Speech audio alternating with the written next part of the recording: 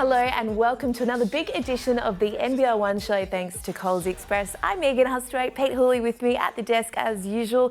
How are you after a long weekend here in Victoria, Pete? I'm great. I mean, we still had some basketball around the country. We still had a couple of games in the south. We've got some exhibition games going on, some highlights, there's game winners, there's dunks. It doesn't matter if there's a few conferences who take the weekend off. We still have plenty to talk about. So many highlights too. The Instagram's been going off. Well, it is. I mean, if you're not following the Instagram by now, NBL1, you've got to jump on it, follow your favourite conference as well. Everybody is jumping on it. There's highlights galore, games galore, and it's all a lot of fun.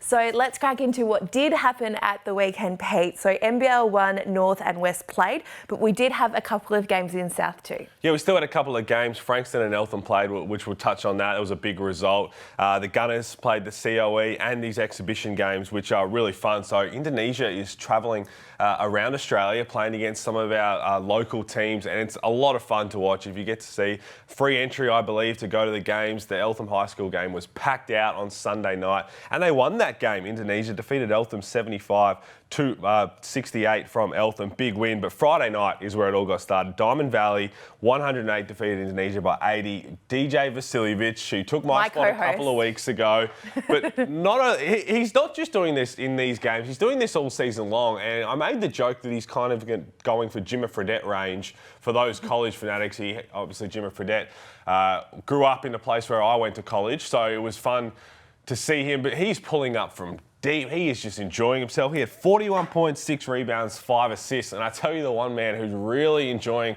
seeing DJ play with this kind of confidence is Chase Buford, because when he gets back to the Kings, look at where some of these he pulls up from. Look at the depth on that. 13 seconds left on the shot clock. Not many people are allowed to take that without, if you miss sitting down. Look, it's just, I mean... DJ. I mean, the audacity, but you can knock him down like that. That's what DJ Vasiljevic does. And now the Indonesian teams will head north, play against some of our NBL1 North teams. Just a great showcase of talent and some extra games for what's already a pretty full NBL schedule, NBL1. Well, just on that, it's great, obviously, for our NBL1 teams. And as you said, we've got games coming up in North. So Sunshine Coast, Southwest Metro, Southern District, Spartans, Logan, Ipswich, Brisbane Capitals. So everyone gets a go. So it's great for them. But it's also a great thing for our league to be attracting, you know, a country like Indonesia to come out here and play these games, right? Well, they're huge because a lot of these NBL1 teams, again, it's a chance for them to have these more games, but to show that talent, and a lot of them will pack it out with stadiums. It's fans all around. We have basketball fans absolutely everywhere, so everybody comes out in droves, and really everyone just wants to watch sport and basketball at a high level, and that's what you're going to get with these games. Well, there was a lot to watch and like about the COE and Canberra game at the weekend. Let's talk about that, Pete, because we do have a lot of Gunners fans on social media. We do. They love to get behind them. They do love to get behind their Gunners, but they went down in this one for the COE. But the COE have won 5 of the 6 matches this season, and no surprise, we keep talking about every time we mention the COE, the Duke University recruit. I'll say Duke, sorry. I just saw Jack White, who controlled me, it was Duke. But Tyrese Proctor, he had 24 points, 4 of 6 from 3, 4 rebounds, 3 assists. I think all Blue Devils fans are really excited from what he can do, and all Australian basketball fans are excited for his future. It is very bright. So the Gunners came into the game 8-2, tied for first on the NBL1 East men's ladder, but the COE absolutely dominated the first quarter, scoring 20-7, so a huge start for them that set up the game. Yeah, really exciting young talent. We keep highlighting every time we mention the young talent coming through in Australian ranks is exciting. But let's get on to the NBL1 South. Now, these were 2 massive games, massive results. So Frankston and Eltham, it was the end of round 7 from last weekend. They played on Friday night. Frankston on the men's side had 2 losses already, and they went down in this one. But in the women's side, Eltham won Hayley Liddell. Game winner. Another game winner from 3. And this one, when the crowd went bonkers, and this is right here, it was drawn up. We're not sure. Annalie Maley was playing, which we'll talk about, but off the one leg floater, falling away. If you don't mind, how's the celebration? Well, I did notice one of the big celebrations was from a friend of yours. Well, yeah, everybody was up and about. So that's exactly what you want. I mean, Eltham, Darcy Garbin, she was big. She had 7, making her 7-3 with 2 seconds to go over Rebecca Pizzi, but it wasn't enough. But Annalie Maley. Let's talk about her first game in NBL1 South back at Eltham, and just quietly went about her business. Nothing special, just 20 points, 27 rebounds, and she didn't shoot the greatest game efficiently, 8 of 29 from the field. So you can just imagine, we challenged her last year to have 30 rebounds, and she got that the next weekend. Yeah. 30 and 30 is well within her grasp numerous times this year. Well, just on her rise, let's talk about it before we move on to the men, because this time last year we were challenging her with that rebound count. And you think about the 12 months that she's had not as a result of that, but off the back of an NBL1 season last year. So she's gone and won the WNBL MVP with Bendigo Spirit. She's been drafted to the WNBA, made her debut and played a couple of games for Chicago Sky, got cut, but then it's meant she's been able to come home and debut for the Opals. Like, it's an incredible story, and I'm sorry, but NBL1 100% laid the platform for her to gain the momentum to do that. Well, it is. You say momentum and the confidence as well. That's exactly what it is, because not only did she just have a success at NBL1 level, dominated to the point of we were putting up these silly challenges for her to have 30 rebounds a game, and she was doing it with ease.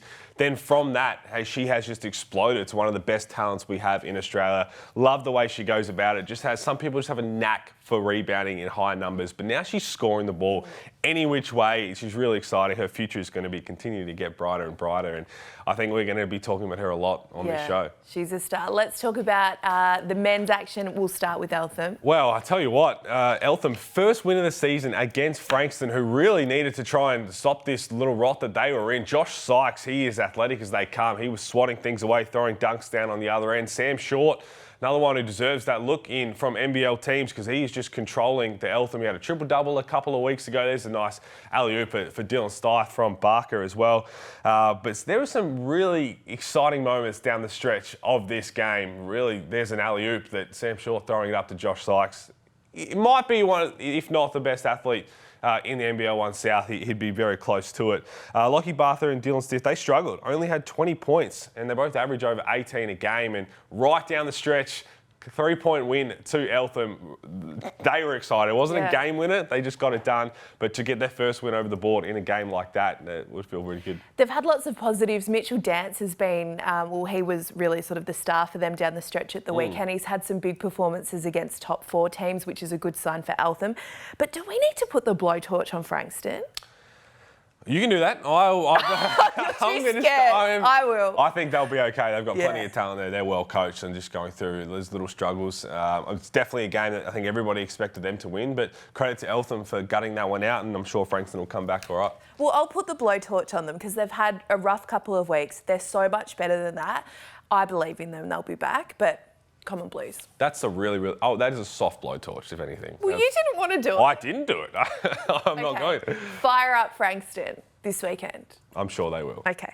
Let's go north and talk about all things happening up in Queensland. Well, on the women's side, Logan, they're still undefeated. We're going to chat to one of their superstars next. They're sitting 7-0. They won 2 games over the weekend against Cairns and Townsville, and they did it in a really nice fashion. And they're really enjoyable to watch. You're seeing the highlights now. Look at that score. It was never really close.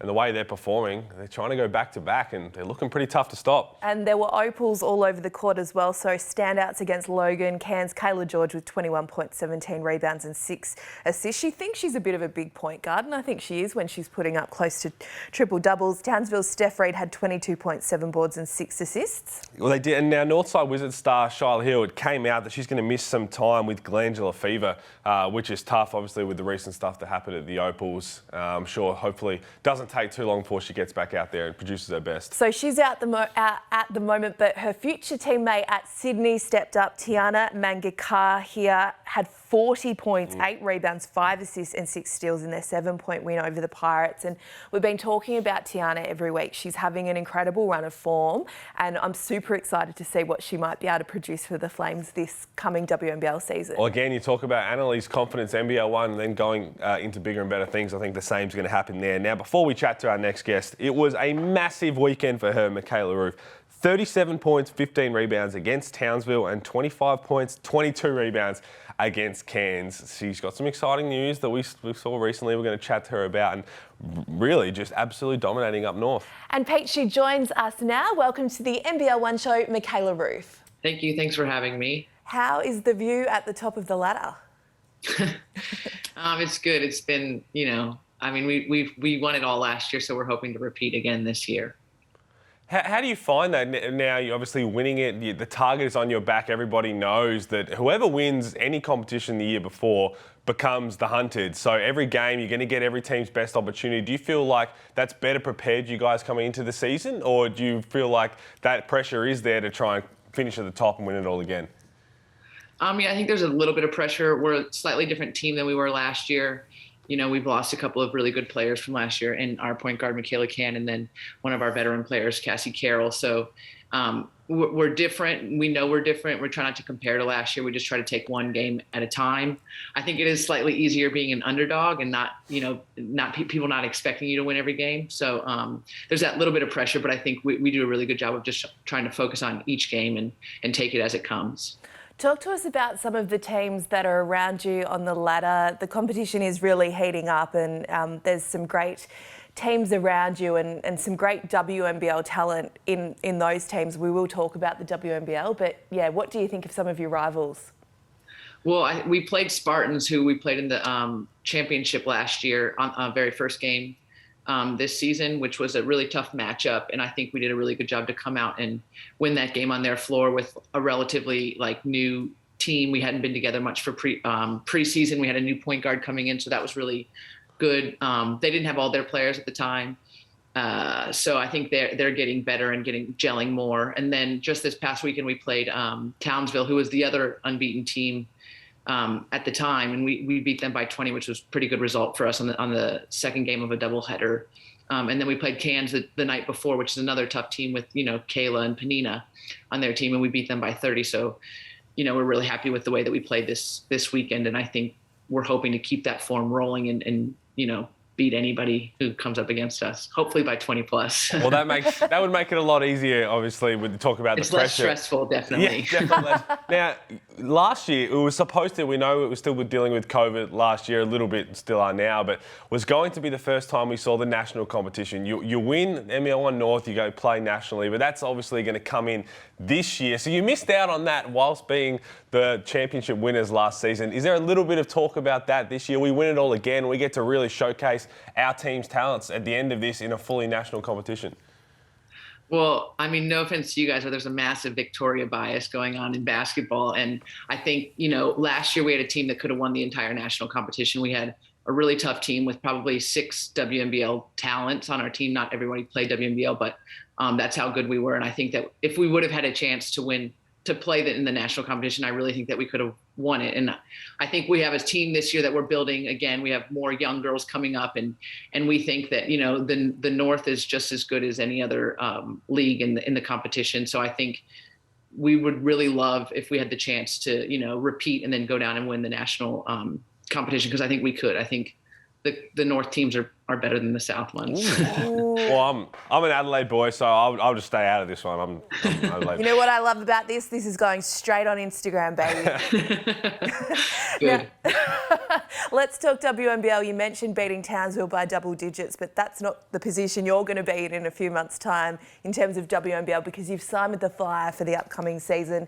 Really exciting. What was the decision behind going north?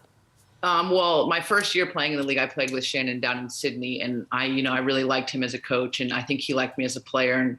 And when he spoke to me this off season, I was a free agent, and I just really wanted the opportunity to play with him again. And then Lauren Nicholson is a friend of mine who I tried to play with in Siebel when Siebel was still around. But I had tore my ACL the year that we were meant to play together. So we haven't had a chance to play together, and we've been trying to ever since. So, I'm really excited to go up there and play for Shannon again and play with Nicholson, because I think she's a just great person, great competitor, and I think it'll be a lot of fun. Well, she is. I'm looking forward to seeing this duo in action. But you mentioned Shannon Siebel. We played against him on the weekend, and you've got that past history. Did you say a little bit post-game? Was there any talk during the game about how that was going down? Well, actually, he spoke to me before the game, and the night before we had just played Cairns, and I had made a few threes in that game. And he's like, "Oh, what are you, Steph Curry now?" And I was like, "Oh, don't worry, I'll make some this game too." And then I ended up shooting more threes in that game, and I went for 5 for 6 from three. So he's like, "Oh, you always play well in Townsville, so hopefully you can bring that for the WNBL." Speaking of players that I'm sure you're looking forward to lining up with, Zatina Okuso is another one at Townsville, and you've played with some fellow good bigs in your WNBL career, and I guess most recently Kelsey Griffin. So you and Z are going to be a pretty formidable matchup together. Yeah, hopefully. I think, Z's a good young player. I think she's a bit inconsistent at times, and I'm hoping that, she can come out and have like a breakthrough year where she plays consistently the whole season. Because I think when she's good, she's really, really good. And I would love to see that, every game, every practice, just moving forward. And I think she has the capability to do that. And I hope that I can help push her to be like that. Well, you're seeing you tear up the NBL1 North. For personally, I'm hoping that you win it all because I'd love to see you put these talents on display, like you said, in the national competition. But big things ahead for you in the WNBL next season. I'm looking forward to seeing you match up in Townsville with Shannon, with Lauren Nicholson. It's going to be a really exciting team to watch. Thank you so much for joining us. Good luck for everything, and keep shooting the threes, keep balling out, and we will hopefully see you in that national competition. Thank you very much. Thanks for having me. Great to catch up with Mikaela, Ruef. Let's stick on NBL1 North, and we're going to turn our focus now, Pete, to the men's action. Well, some big news early. Tanner Krebs, he's back with the Brisbane Bullets for another year, which is well deserved after the performances that he is putting on in NBL1 North. He is dominating up there. And we tell you what, Gold Coast Rollers, Jason Kadee, he had 32 points, 10 rebounds, 10 assists. He had a nice little triple-double, and they're just playing well together and continuing to get ready for a big NBL season. So over the weekend, the Rollers went 2-0 against the Rockets on Friday and Capitals on Saturday. Krebs had 26 points and 6 rebounds in Game 1 and then 33 and 12 in Game 2. Gold Coast are now 7-1 on the ladder, first by percentage. And Mackay, they played 3 games. They went 2-1, only losing to Ipswich on Friday. Now, the Northside Wizards, they took down Southwest Metro. Nearly triple-double from Mitch McCarron. He had 12 points, 9 rebounds, 7 assists. And he turned back the clock with a 2-foot dunk. Doesn't dunk off 1 feet. What am I talking about? 1 feet, 1 foot works also. Mitch McCarron, they're an exciting team. Northside, well, dang, speaking of exciting, he can get up. He's an athlete, but he can flat-out play. He had 28 points, 29 rebounds, and in the words of Andrew Gaze, some hellacious dunks. Now, I think he might have trademarked that, so I'll probably have to give Gazy some money. But they are an exciting team, Northside. The game of the weekend was North Gold Coast v Rockhampton, going down to the wire with highlight dunks from Damien Progme, who had 28 points and 13 rebounds, and Kendall Stevens. Kendall Stevens had 25 points with 7 threes. Again, another one trying to put NBL teams on notice, trying to get that chance to get back in the league. Let's head over to NBL1 West now. Plenty to talk about there, and we'll start with Joondalup. Well, the Wolves are 10-0, went 2-0 over the weekend. They took down Perry Lakes on Friday. Tage Morrell had 19 points, 14 rebounds, 5 assists. We talk about her every week, and this is why. Continues to do her thing. And then against Cockburn on Saturday, had 30, 12 and 6 to go along with 4 steals as well. That is what you call a big game. Let's talk about Willetton, second on the ladder. They went 2-0 at the weekend and sit 9-1. They won both games against the Slammers and Mandurah by 29 points or more. They were missing Alex Sharp in one of those games. And in both games, the team had 4 scorers in double digits. So the top of the West battle is going to be a good one. Looking forward to that. Lakeside, they demolished the Eastern Suns by 45 points, an impressive 34 point and 9 rebound game from Mia Jacobs off the bench in only 23 and a half minutes. That's someone who comes on. That's instant impact off the bench. A milestone at the weekend for East Perth. Georgia Smith played her 200th game. Congratulations to her. And Pete, we spoke about Fight MND. Last week we had our beanies on in the show ahead of the big freeze at the MCG yesterday. We spoke about Bree Watman from Kilsyth, who lost her mum Christine a few weeks ago to the disease, and the amazing support some of her NBL1 South teammates and opponents got around. Loved love seeing at the weekend Rockingham, thanks to Taylor Ortleb, and Willetton Tigers also got behind the cause. So really nice to see that awareness and support and love was spread right across to NBL1 West. It's what the Australian basketball community, Australian sporting community does well, gets behind such great causes, and everybody feels like one big family, so it was awesome to see. Let's turn our attention to the men's action now in NBL1 West, and we're going to start with Geraldton. Well, they beat Warwick with Sean Stewart scoring 25 and 10 rebounds, 5 assists and 4 steals. And the Senators, they didn't have Kyle Zunic. We know he's going to be on the Perth Wildcats roster next season. Caleb Davis stepped up with 26 and 10 himself. And then Rocky's Devondrick Walker, we talk about him every week, 26 points and 6 rebounds in their win over East Perth.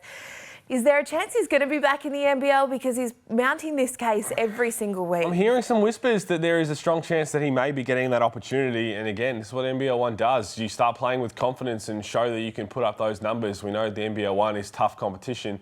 Get ready for the NBL, but he is tearing it apart. And I'll tell you what, Marshall Nelson had a huge dunk. Greg Hire was loving this one on social media. He is an athlete, small in stature, but he was a big performance from him. And then Geraldton are 9-1 first on the ladder, but they were given their first loss on Sunday. It was handed to them by Carter Skaggs, a game winner with 37 points and 9 3-pointers. That is a lot of triples. He's fun to watch. He's really exciting the way he goes about it. He's got a unique style, a little slingshot left hand three-pointer, but we're about to chat to him, and why wouldn't we? You hit a game winner like that and you knock off Geraldton. Good things are happening out west for him. Carter Skaggs joins us now on the NBL1 show. Good morning. Thank you for having me. Well, how early is it over there? And you're outside, so this is quite impressive. It's 8:40 here. I didn't know we were a couple hours behind you guys. I guess it makes sense.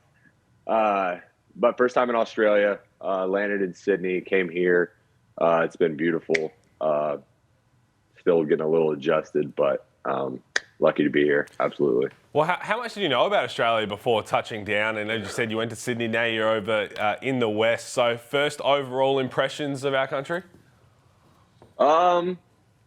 It's been really good. It's been fun. It's really nice to get back to playing post-COVID. So that was number one, and I got super lucky to find this opportunity. So trying to take full advantage of it. So it's been a blessing for sure. Well, speaking of first impressions, what have your first impressions been of NBL1 West and this competition?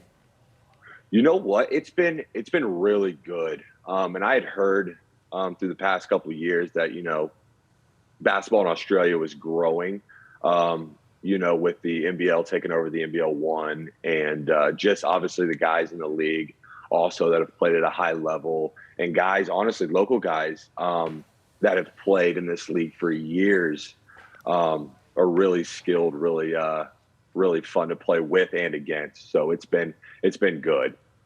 Well, watching some of your highlights here, big weekend, big game for the team. I mean, knocking off the ladder leaders. But before we talk a bit about how you played and obviously the big moment with the game winner, I've got to ask, with the way you play, the way you shoot the ball, has anybody told you that you've got a lot of Michael Redd about you? From old Milwaukee Bucks sharpshooter, lefty?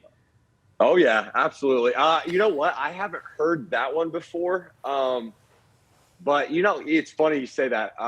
Being a guy that really doesn't look, the part to say athletic, but I love to play. I take a lot of pride in having, that skill set to be able to shoot. And IQ is a guy I watch and study a lot is, your guys is Joe Ingles. So that's who I take a lot of pride in watching. But no, Michael Redd, that's a first. Well, I was a big Michael Redd fan growing up, and the first thing I saw when I saw your highlights was Michael Redd flashback. Joe Ingles, that's another person, a great person to obviously follow. I think you got a bit of a quicker release than Joe, but they both end up with 3 points, so that's all that matters. Now, talk to us about the weekend. Mention it. It's a big game for the club, a big game for your squad, but also a big game for you personally. It must have felt good to get that win. Oh, it was awesome. Not sure if you saw the results because we played Saturday night as well, and definitely gave one away, losing by one on the road after being up the whole game. So we kind of came out, just said, hey, guys, they got to keep their streak alive. We went up there about a month ago and, again, led the whole game, ended up losing to them in overtime without our captain, Gavin Field. So we really felt we owed them one, and we just, stayed to our thing the whole game, and down the stretch, found a way to pull it out. So it was fun. It was a good environment. It was super competitive, and I'm really glad we were able to get that one. You played with Robert Franks at Washington State. Did you speak to him a bit about Australia before signing? I have a little bit, yeah. And I just saw he signed the other day to go to Adelaide. But no, he's a stellar player, obviously, and had a really big year. I think I saw he led the NBL in double-doubles, and that's, nothing new to him with the way he shoots at his size. And but we got another teammate that's playing in the NBL1 Central right now. So, yeah, no, I'd heard a good amount about Australia and the basketball here, and, I was super excited to get down here. Well, it's not just basketball down here. Obviously, you're doing your thing on your court out west, but you jumped into the footy yet? Have they thrown you into the footy circle? Do you understand it? You've got 2 teams to pick from there. Now, a couple of years ago, I would have said you'd go the other way, but there's one clear cut. You have the perfect opportunity to jump onto a bandwagon. Are you on that Freo bandwagon? You know what? It's funny because I live 5 minutes from Fremantle, but I haven't been to one of their games yet. I got tickets early to go to a West Coast game, and obviously I didn't have a clue in the world what was going on. But they got beat pretty good. But it was a really neat environment. Played at a really nice big stadium here, thousands and thousands of people. So it's anything I'd ever seen before, but it was really entertaining. So when you haven't been dominating on court, what else have you been up to in WA? Have you been able to explore a bit? Have you checked out the beaches, beautiful beaches? Oh yeah, WA is gorgeous. Haven't got to do a whole lot of exploring. Doing a lot, honestly, within the community. A lot of coaching, going to a lot of schools, doing a lot of stuff within the club, which is really good. That my free time working out, staying in the gym, but I've got to do some exploring. I live really close to a couple of really beautiful beaches, so I'll do that.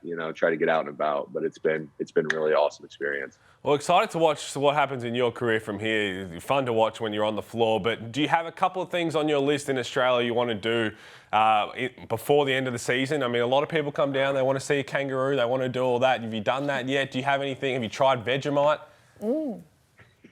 I tried Vegemite, honestly, for the first time this weekend on some toast, and it may have been the pregame go-to, apparently. So liked it. It was different. You know what? I didn't mind it at all. And I had people say, it's obviously, I know it's huge here, but I had never heard of it. But they're like, here, you got to try it. So I'm like, yeah, absolutely. But no, I really didn't mind it at all. It wasn't bad. Did you go like a light spread at Vegemite, or did you go heavy? Because the butter to Vegemite ratio is crucial.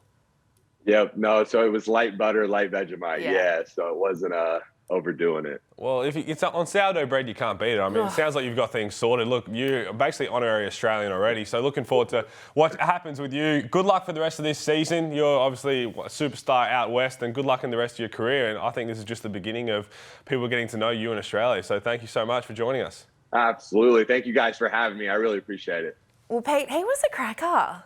He was great. I mean, that's what you want, people to embrace Australia. He's obviously done that, and Australians are embracing him because he can flat out ball. And yeah, hopefully get some Fremantle tickets. So out west, I'm sure anyone, can we please get him some Dockers tickets? Don't put him through the pain of going to an Eagles game when he's one of your superstars. Seriously. And as for the Vegemite, I'm going to pop into Coles Express on my way home. Also get some sourdough. You can't beat it. Sourdough, that's actually what I had this morning. That's why I'm ready to roll. Yes, so good. Well, thanks for joining us for another big edition of the show. Heaps of action coming up this weekend, Pete. We can't wait. And it is Mental Health Round in NBL1. So check out our socials and the app because all the information will be on there. There's lots of activations and things happening this weekend, ways to donate, and lots of different aspects of raising awareness around mental health. Yeah, it's a really special round. We know we had Greg Heyer on the show last year. He's a big advocate for that, does a lot of his work, does phenomenal work in the mental health space. We'll see the special socks that all the teams will be wearing. There's a push-up challenge going, so make sure you jump onto the socials, donate, do whatever you can. But more importantly, if you can't donate, just start those conversations. They're so important to have in mental health, and we're just encouraging everybody to be able to have those open conversations and look forward to it. It's one of the most special rounds of the year. Yeah, it's been a big few weeks, and it's wonderful that sport and basketball and the basketball community, we spoke about it last week, can come together and raise awareness around some important issues in the community. Have a great weekend of NBL1 action. We'll see you next week. Yeah, I was building on the lecture. Verses coming daily under pressure. Working on the plot.